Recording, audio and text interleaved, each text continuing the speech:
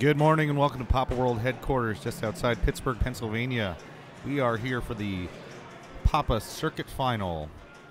What we're going to see for the rest of the day here is players playing 4-player matches on pinball machines, starting off on the newest pinball machine, Stern's Metallica. I'm Bowen Cairns, and with me is John Replogan. Good morning, Bowen. So Metallica here, and we've got Tim Hansen, who selected this game. He's was the number 19 seed as he gets started. What's your opinion on this game? This game has improved dramatically with the release of the new code. It's now exciting, and it has a one-ball wizard mode in it. Hopefully, we'll get to see that today. So, if you're just if you've never seen this Metallica pin before, there are 4 major shots up the middle of the machine. A grave marker that Tim just picked off there, and the grave marker is very dangerous. Yeah, it's a risk-reward shot, which is really one of the great things about this game. Only 5 shots to get to a multi-ball if you go that path. So what makes that shot so difficult? It's not really that it's difficult, it's just that the return from the shot, whenever you shoot it, you're putting the ball in serious jeopardy. It feels like grave peril. Is there any other kind? There are grave markers after all. You gotta That's true. Well, that was a quick ball 1. Yeah, so Tim actually made a successful shot to that second grave marker and paid the price. It flew down the left outline. I wonder, we're getting to see our first ball of Daniele for this tournament. Last night he placed second in the pinball tournament, and I'm wondering if he's up for another full gauntlet run and repeat of last year. I mean, that's really exactly what happened last year as well. Daniele is their defending champion. He comes in here as the lowest seed in the tournament, the number 21 seed, and he played the night before till about 2 in the morning, I think, and then woke up a few hours later and then played all day without fail, really. Looks like he's going direct for an electric chair multi-ball. So what is that? What do you have to do to make that happen? Well, you have to bash on the center shot, which is the Sparky shot, about 12 times, but sometimes it gives you double credit if you hit it right in the middle, and then that'll release a 3-ball multi-ball. Now, I know there's an add-a-ball in these multi-balls. Is he going to be going for that, do you think, Bowen? It's not clear how much time Daniele has spent on Metallica. He's going directly. Him going directly for Sparky is a pretty good strategy move, and we'll see how he plays this multi-ball. Whether he knows about the add-a-ball. It's the 4 white targets. 2 on the right that are flashing that he still needs, and 2 on the left that he's already picked off. He's got 3 balls trapped, and he's going for jackpots, I suppose. Looks like he's still going for jackpots as opposed to the add-a-ball. Now, I don't necessarily disagree with that because this is basically the ultimate survivor format, so you don't have to beat everybody, just the last guy. That's an excellent point here. And so the format, you see a $100 bill there in the middle of the machine. The winner of this game will receive that $100. The 4th place player is eliminated, but otherwise everyone else moves on, and you'll get to play again. So we call it the survivor format. Absolutely, as long as you can outlast and outplay. Oh, nice save. And there's the add-a-ball. That's really good timing, and it also doubles the playfield for 20 seconds. How do you get that out of the ball again? Where do you have to put it once you've completed the 4 targets? Yeah, you put it back into the green flashing light. That's the snake target. So the snake target is when it's flashing, put it in there. He's got a double playfield. Oh man, this is a big score right here. This is a 4x jackpot, 6.6 million for just that one shot. This is sort of what we've come to expect from Daniele. Lighting it up, like first ball, just walk up, blow the doors. Already 26 million, and he's just getting started. This is, yeah, what we've come to expect, but I'll tell you what, sometimes in the morning it's hard to get that first ball to go like this. Right, we saw that from Tim. Tim didn't lose the ball on his own accord. It went down for him. This is at 9 a.m. I'm not playing like this.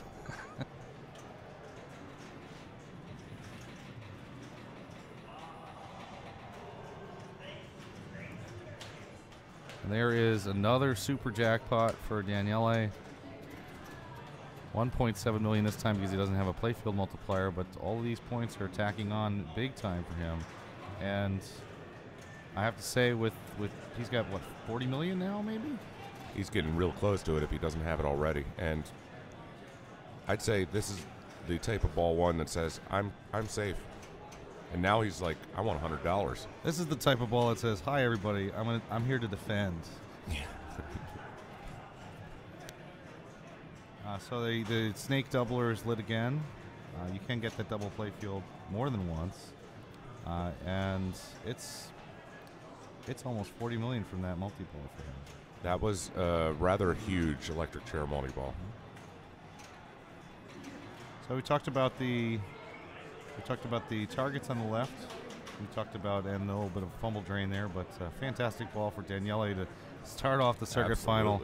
Impressive. So we talked about the gray marker. We talked about the Sparky shot. What else is there to do in this game? Well, mainly there's 3 basic multi-balls that you can get in the game. That's the grave marker we talked about, the Sparky for the electric chair multi-ball, and also the snake multi-ball. I don't see a lot of people playing that today, just because knowing what the snake kickout is like is very dangerous. On this particular machine, I haven't seen too many feeds yet to know if it's safe or not. Yeah, one thing I find impressive with this game is that you need these shots. You need to make the gray marker and the Sparky and the snake, but all 3 of them are just they're gonna shove the ball right back in your face. Right, with the new crank it up mode, you can see people in single ball play put up 100 million points very quickly. And even Daniele's great multi-ball performance, while on the old code revisions might have been unstoppable, you never know what will happen here now. That's right. And the drain there for Andy Rosa from Michigan, the bearded wonder. As Andy describes it, it's the beard of knowledge. That is an epic beard. But not an epic ball one for him, unfortunately. No, Andy's quite capable. So yeah, we get two more. It's 3-ball game. And Brian Shepard steps up. Brian Shepard from Ohio. He was a little concerned that he wasn't even going to be able to make it earlier this week, but he's joined us, and he was the top seed entering this game. So he chose Metallica, I guess. Actually, it turns out that he just chose to play last and let the choice of game pass to the next player, which... Well, that's an interesting conversation right there, because giving up choice of game seems like a big deal to me. Oh, and a shake move there. 2 warnings. Did he survive it? Yes, very nice move. And he's going to let it settle down now, though. Player gets 2 tilt warnings on a machine in general, although older machines may just go directly to tilt. And so there's very little risk in the move that Brian made. Pinball skill is also about moving the machine, not just the shot-making skill that we saw from Daniele. It is also a heavy nudging skill, and that's how you save balls that are headed down the out lanes or down the middle. I mean, I've been asked many times, what do you do when the ball is just screaming down the out lane? Do something. Do something. Right. Screaming down the out lane, screaming down the middle. Unless you have a huge bonus, you have nothing to lose by making a move on the machine.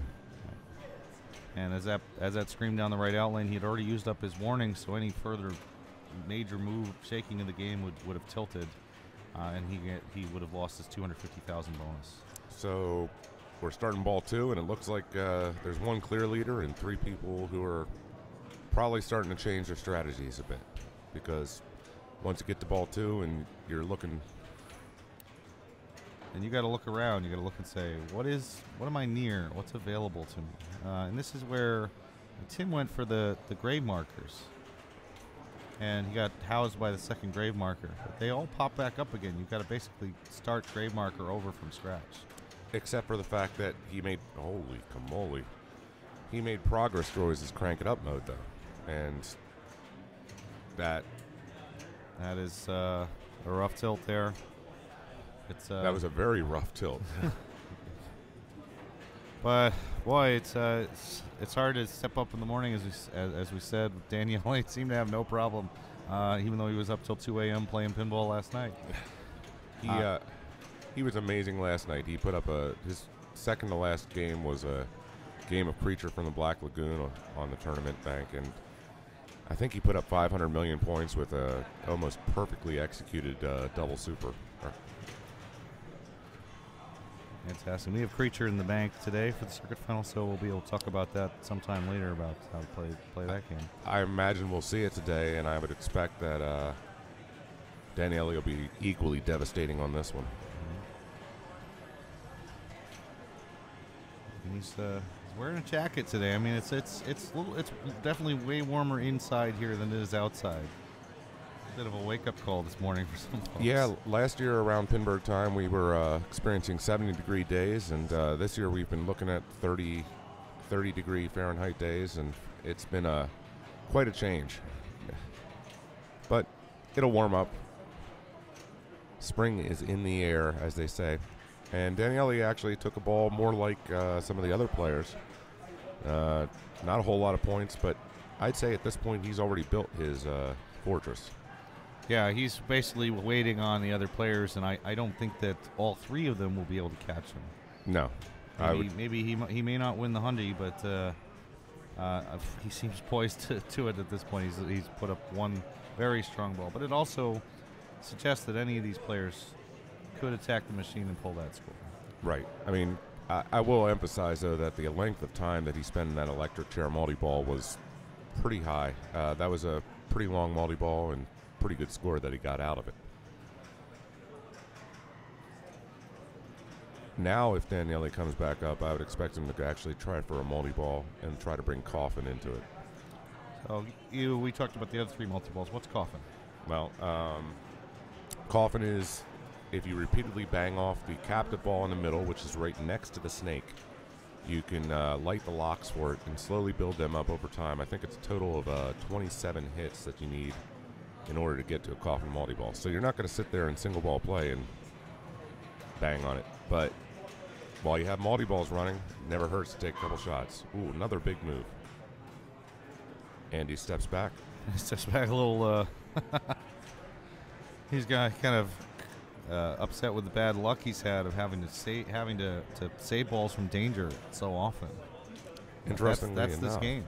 Yeah. Oh, yeah. That's all about it. Now, I mean, look, he's checking his phone. Maybe he has an important phone call. Oh no, he's sending a text. He's sending. Okay. Maybe he's looking up the rules to Metallica. What do you think, Bowen? I don't know. All I know is he's. Maybe he's going to watch a Papa TV tutorial video on Metallica. So what is he really doing in this time? Because he is doing something useful. What he's actually doing is waiting for the tilt bob to settle back down. And whatever we want to joke about, it's really good idea to do something else and let that settle as much as you can. Because if he needs to make another shake like that one, and the bob's already moving. Oh, beautiful. He's going to tilt probably. But yeah.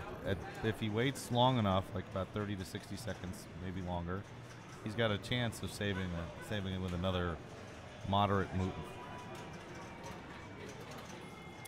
So he started his electric chair multi-ball as well, and he is going right after the chair. That's reasonable.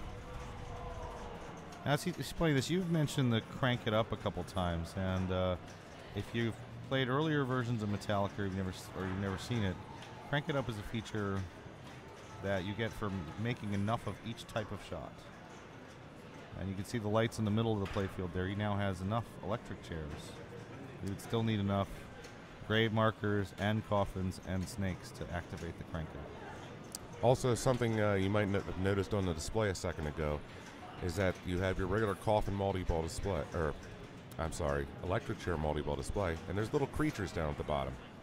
Each time you fry one of those creatures and get a super jackpot, you get another one.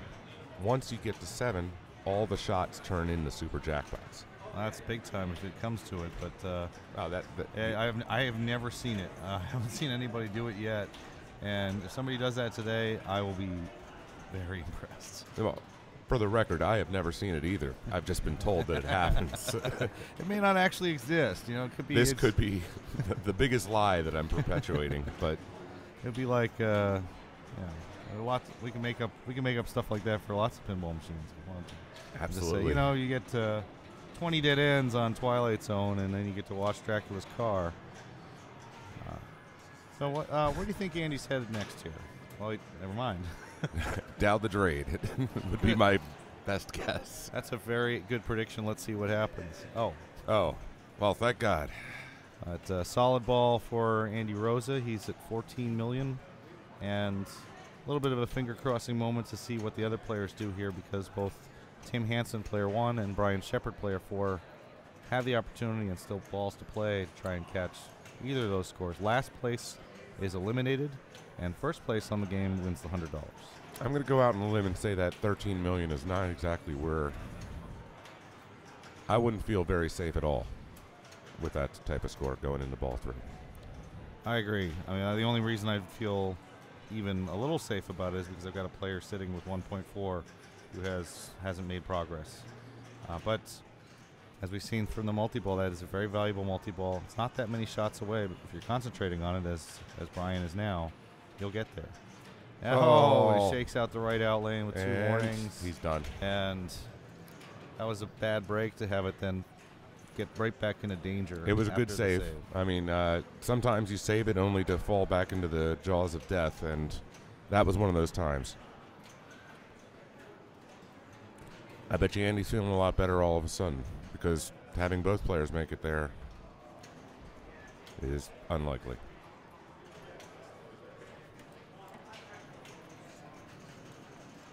So now we're in survival mode. I mean, if you're looking at ball 3, your goal has changed from trying to catch player 2, Daniele, to trying to get a score that will survive 4 shots. Yeah, you're right, 4 shots. You got to knock down all 3 of those inline drop targets, and then the 4th shot would start the multi.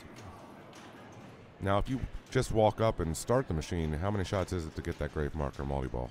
It's usually 5, hitting down the 3 targets, and then hitting the shot behind it twice. And he is going for the grave markers. Oh, that's dangerous. At this point, Tim is playing for his tournament life already in the very first game. If he does not catch Brian Shepard at 2.6 million here, he will be eliminated. And he's single-minded, I think. Grave marker or bust. All right, we're just now live on Twitch. So to update you on what's happened, Daniele Acciari played a spectacular ball 1 with a huge Sparky multi-ball, and we're watching Tim Hansen play ball 3. He is in last place right now, so if he does not catch 2.6 million at least, he is eliminated. But 2 more shots to the grave marker, and he'll have grave marker multi-ball. And that was some early morning nerves.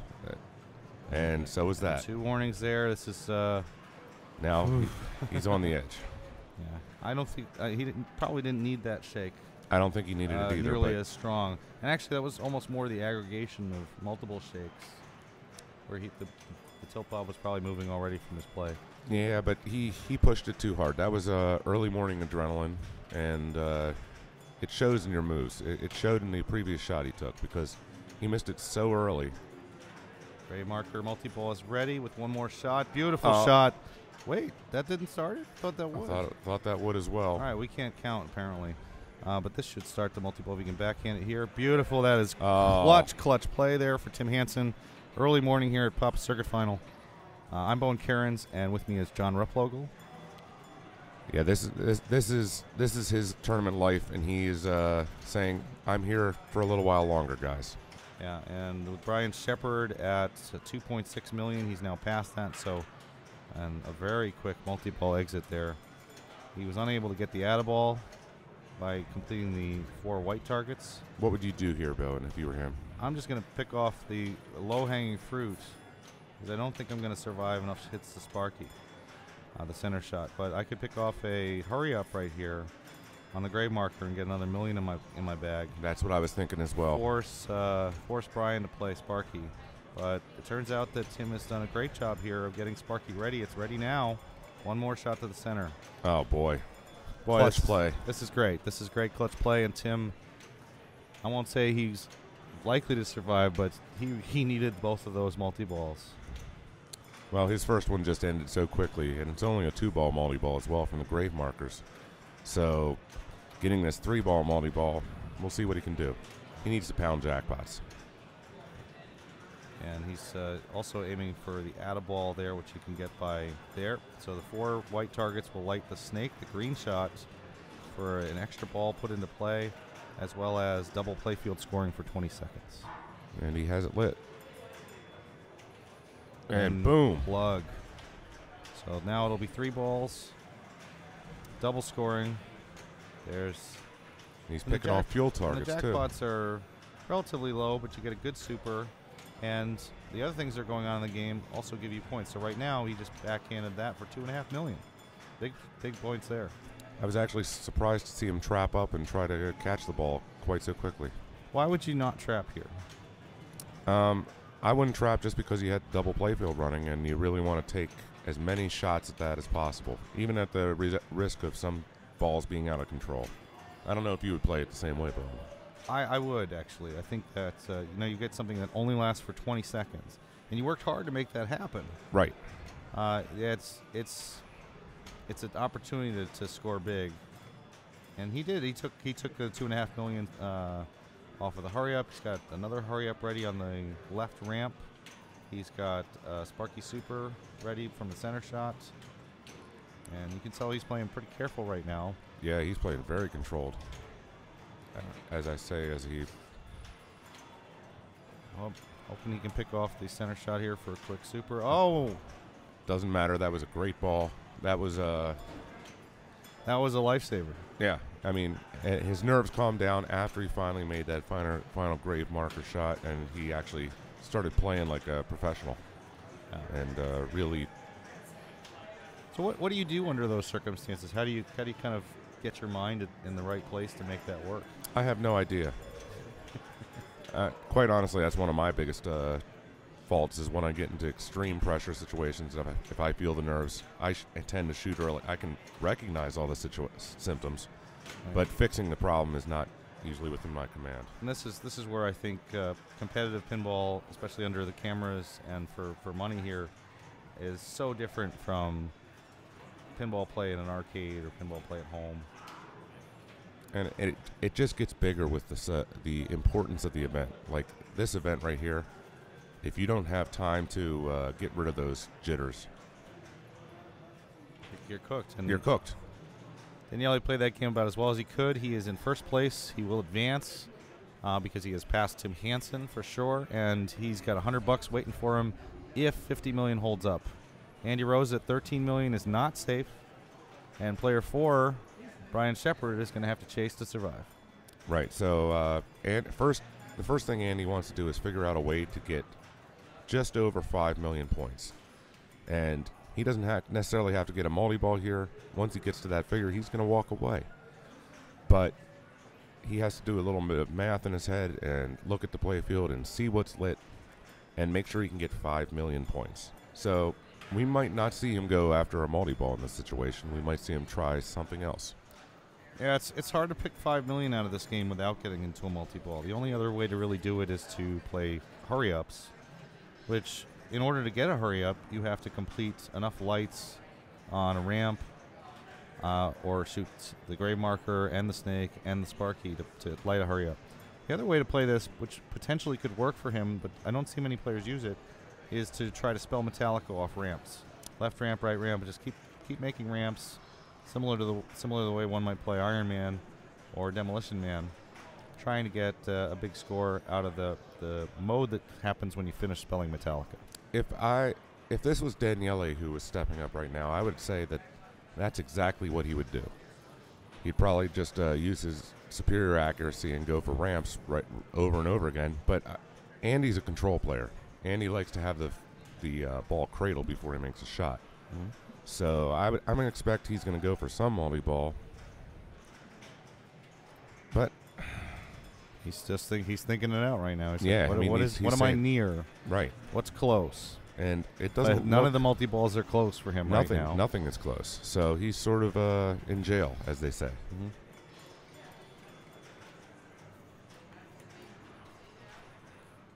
Five hits for grave marker, 13 electric chair hits. No, he's not going to go for that. And he starts off with a total bonus of 50,000 points.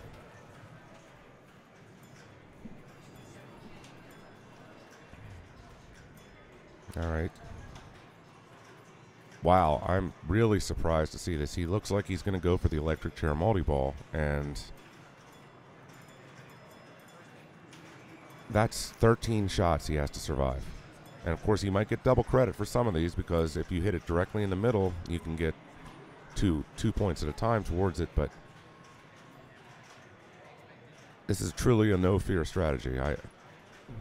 I like it, but I'm scared by it at the same time. Gets a mystery.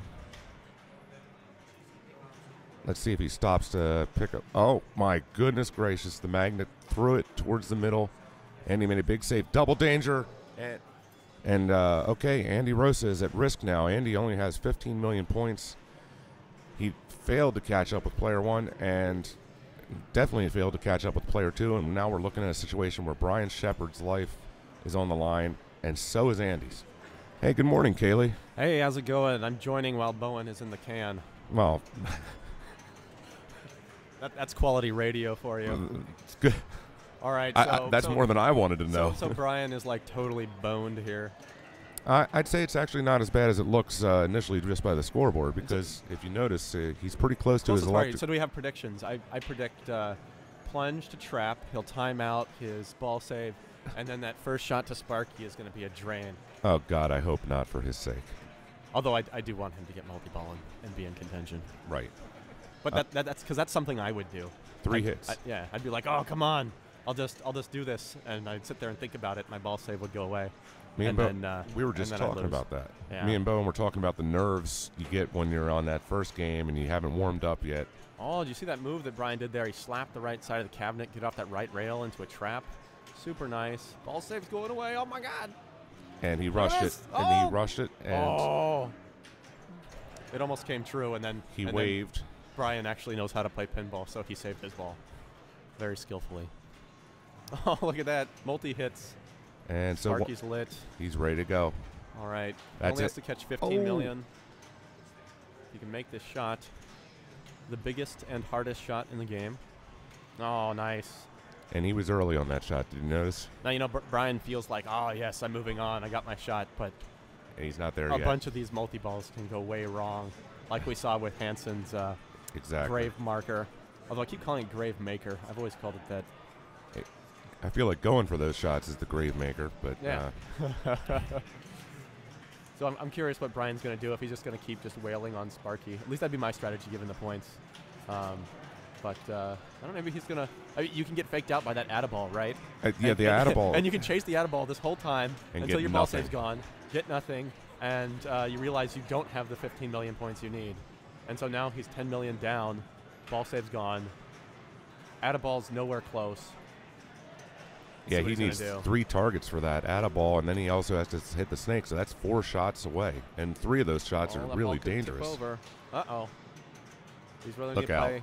Oh, that was an opportunity to Karam with his cradled ball to really save that scoring mode.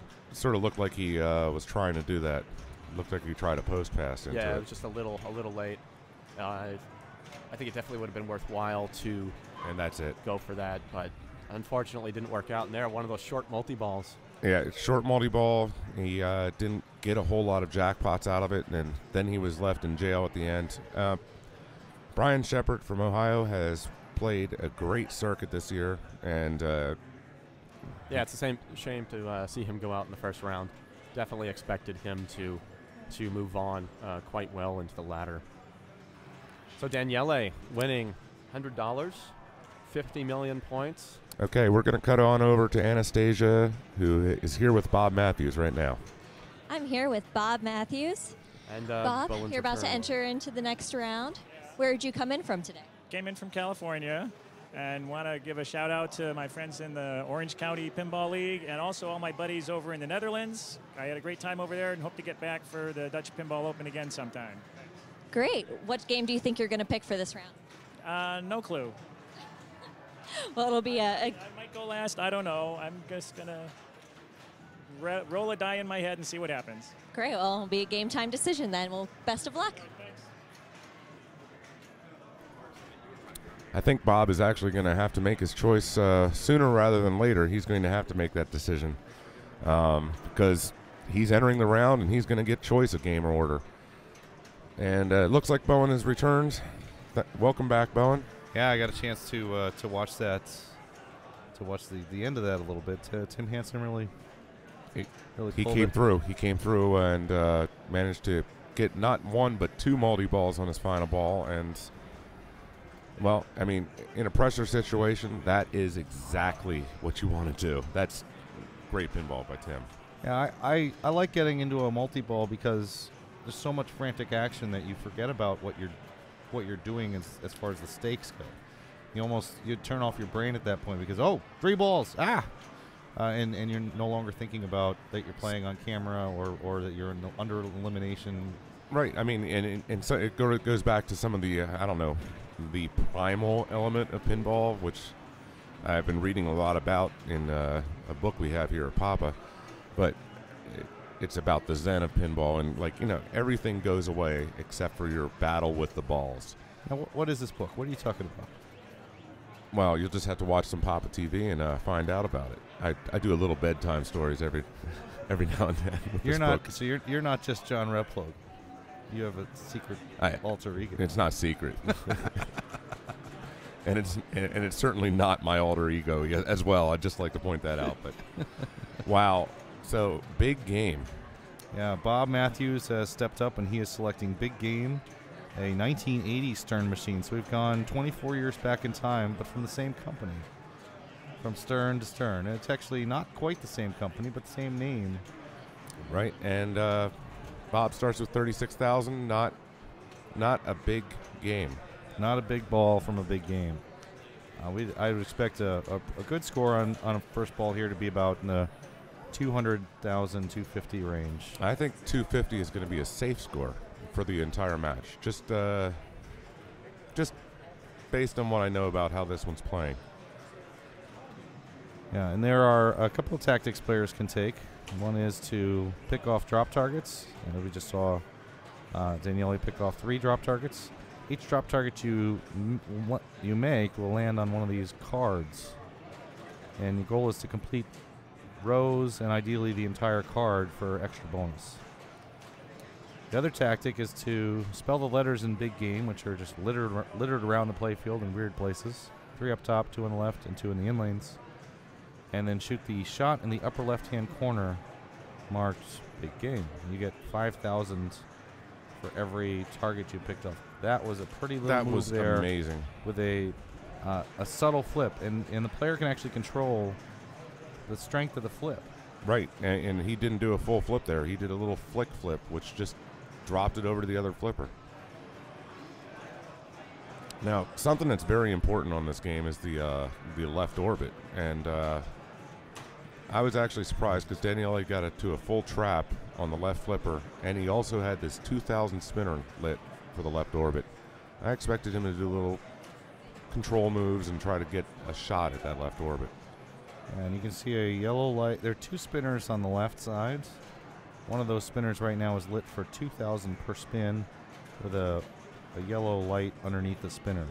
So that's actually a pretty quick ticket to big points. Those spinners are active, and they'll go around many times. Well, this is a big ball. Oh, there we is. There, another shot up there to the Big Game. This is solid play here from Daniele. Good, strong first ball. Smart move to let it go there because there was a reasonable amount of bonus. And that's a great way to start. Right. That's where you want to be. Not quite as dominating as his first ball on Metallica, but we're going to see a player, I predict, less than 200,000 points in this game. I would expect.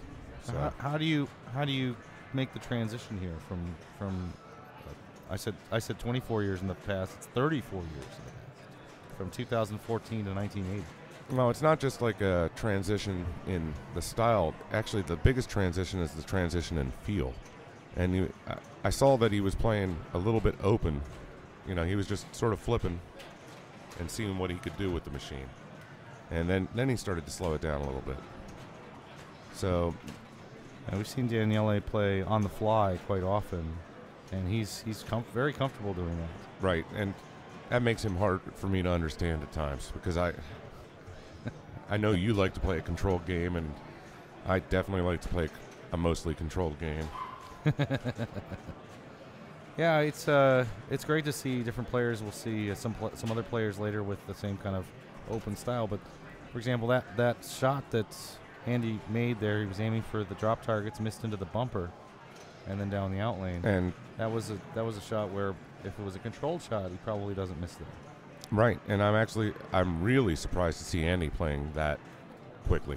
I would expect him to play a little more on the fly. So here's Tim's next shot. He's got to duplicate what he did last time, but this time he's in a very different position. He's in fourth position. He gets to see what everybody else does this time. Good catch there, and you can see the spinner lit for 2,000 spin on the left there. I would say that's where he was aiming, definitely aiming for that. Oh, definitely. Big game also interesting with its dual flipper arrangement. You got 2 flippers on the left and 2 on the right. That was a nice live catch. And you can catch and use any of them. So sometimes some of the shots are easier to hit from an upper flipper and others are easier to hit from a lower flipper. So he's got that 2,000 spinner lit again. Yeah, pretty much one of those spinners will be active throughout the entire game. It's either the left or the right, so you kind of just pick off which one's. No. And he got burned there by the dual flippers. Right, and that's a thing that happens on a lot of big games. Is because if you're in a cradle on the lower flipper and you drop the flipper on the right very quickly, it makes the ball bounce, and then your controlled shot becomes a pass away because you have nothing else that you can do with it. So Bob's stepping back up. Bob's very good at the classic games, and he definitely wasn't happy with his ball one, and it looks like he's actually trying to take low-hanging fruit already, which. And he's built up a bonus multiplier now from shooting the bingo cards, and at that point it actually continues to roll where you're gonna, if you make a lot of those lights, you want more of them because you want tic-tac-toes. Oh, and the ball hops over. Oh my goodness, it looked like it hopped over both flippers and the plastic on the right side by the lion. It hopped over that guardrail over there, and boy, that's pinball, is what you say with that. That's pinball, but that sucks. And how is that physically possible? What the heck happened? Well, for that, we're going to need an anti-gravity specialist because that ball decided to defy it. Yeah, and this is pinball's mainly a horizontal game as far as you see it here from the top camera, but it's 3D. Yeah. And the ball will take an arc into that third dimension at times. Well, they say the ball is wild. That's one of the great phrases from pinball. And okay, so now we have a shot for Daniele. Nope. He had his 2,000-point spinner lit, but he was unable to control it when it came off that cradle on the bottom right flipper.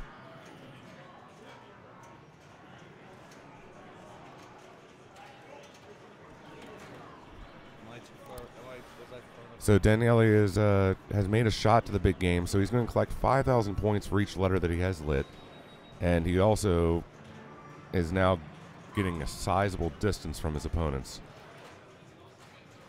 Yeah, once you get a lot of those big game letters, and what I think is fun about this game is that first it's big. It's big game. It's literally bigger than the other games, and second, like there are things you can do that roll onto each other, like. The more big game letters you get, the better it is to do that. And he just picked up a bunch of spins there as well. Another, 25,000, now 30,000 available up there. Right. I expect him to do nothing else. That's 2,000 a spin and 30,000 for the collect. This is big. Sorry. We apologize to our listeners who are continually making us hear big game references and jokes, but we can't help it because it's such a wonderful game, and we have to give it. We have to enjoy just how big it is. Looks like he has a special lid on the left out lane. He does. I don't actually know. Now, specials normally on pins give you free games. Oh, this is interesting. And he didn't know about it. I think he did, and then he just flipped a little. He missed the shot. That spinner was lit for 1,000 a spin. Right. And the center cranking it through the backhand there is potentially a lot of points. He'll spin like crazy. Right. Okay. I actually think he was aiming for it and missed too late, but he did pick up a drop target bank instead, which was valuable. But that was a huge ball. That was a huge ball, but you're also making the assumption that Daniele missed a shot by over an inch. That's true. Daniele doesn't miss by that much. 603,000 points. Yeah, that is a strong score. That's the type of score we've seen. Big game in Papa Classics finals before, and 600,000 is pretty much a guaranteed win. Oh, and a house ball there for Andy Rosa. He never had a shot. There's no save and no chance. That's a big drain. And Andy not safe right now at 61,000. He's got one more ball though, but with this game about progress, both he and Tim Hansen, who's up now, are in a situation where they haven't made much progress. But Tim's got 2 turns to make that progress, and now Andy only has 1. Yeah, there's nice an important shot there. 2,000 per spin. And, it doesn't look like much of a shot because it's just through a spinner, but when that spinner's on my goodness, for 2K a spin, you pile the points on fast. He made over half of his score from that one shot through the spinner because the 2,000 was lit, and he only collected 2 letters of big game when he made the shot, so that was only 10,000 additional points, but the addition of the 2 really helped him. And he definitely knew exactly what he was doing there. He had the ball lined up from the beginning. Said, "I got that spinner on. I'm going right for it," and made the shot. And then the game punished him by giving the same kind of house ball we saw from Andy, but he did get his one shot and made it. Bob Matthews he was playing on the fly near the end of it, and then he was a little out of control. Ends with 223,000. And Bob picked up a lot of bonus there because he had completed a fair number of tic-tac-toes on the cards. Right, so he didn't tilt. He was in a better situation there, bonus-wise, than either of the other 2 players, Andy or Tim. So Daniele already through to the next round again. This is what we just saw. Yeah, I mean, and he also has a commanding score. I think he's going to the next round, and he's looking for money along the way. Yeah, he's Daniele. The chat room says he's already trying to rack it to 200 here. If you're going to get stuck playing the whole day and you say, I'm just going to survive, might as well pick up some cash along the way. Might as well just win all the games instead of just surviving. Why just survive when you can take a $100 bill off of every game you play? It's not very often you get to do that. So about a little over 800,000 when it's all said and done. Yeah, he's picking off the bonuses from the bingos now. A lot more than over 800,000. Over 900,000. Over 10,000? No. That is a come on. Sorry, folks. Big. Okay. This is Andy's life. He needs to get something done. And he needs to sort of pray to the machine gods as well, because if he gets another house ball here, and that was very close, you can see him aggressively shaking there to keep his ball in play. He knows about fighting. He's got both spinners lit on the left there, so this is an important shot. Still on, and there it is, 2,000 a shot. That was huge. A huge big shot. Big shot. He knows it. And that celebration is a little bit mocking, but it's also to just get him in the right mood. And he hadn't had any luck up till then. Okay. And he's not going to make it to Bob's score, so Bob Matthews is through. Bob's safe because of his pingos. He made enough of those cards to pull himself through. Andy's at risk again. This is the second game where Andy's been at risk. Except he survived last time. Yeah, this time it'll be Andy or Tim. Tim is at risk again. And Tim put a big ball 3 last time. We're going to need it. We're going to need not a huge ball here, but he's going to need 63,000. You can tell from the bingo he has on one of the bingo cards that he's got 5,000 free coming for sure. He's probably got about 15,000 in bonus if he does nothing else. So the 2,000 spinner on the left is already lit. If he can put a big shot to that spinner, he will probably have enough right there. Well, the thing is, though, once he plunges the ball after a certain number of switches are hit, we don't know if that shot's going to actually remain on. So That's a good point. What is that? What happens with that?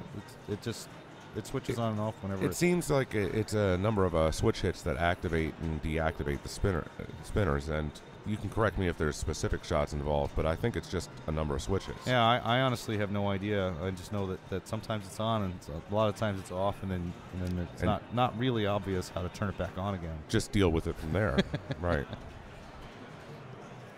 So Tim thinking about it, he said, I think he may be taking a moment to actually read the rule card to see how many points he's getting from the bonus. Nothing wrong with that. I mean, and the game does give you a little instructional card in the lower left. Maybe he was staring at the $100 bill saying, I wish I could have one of you today. I don't think he's worried about that $100 bill. Not this particular one.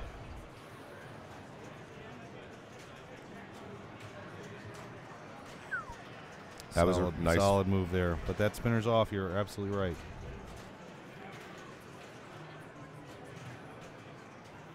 And he may still go for the left spinner just to get the cash in off the big game letters that he's collected, but he doesn't have. He only has 2 letters. That's 10,000 points, but he's already collected 10,000, so he's down to needing just over 50. And that was a strong decision there. Oh, and a bad luck there. I don't think he's going to have it. No, he does not. So Andy Rosa survives, and it looks like we're going to take it down to Anastasia now.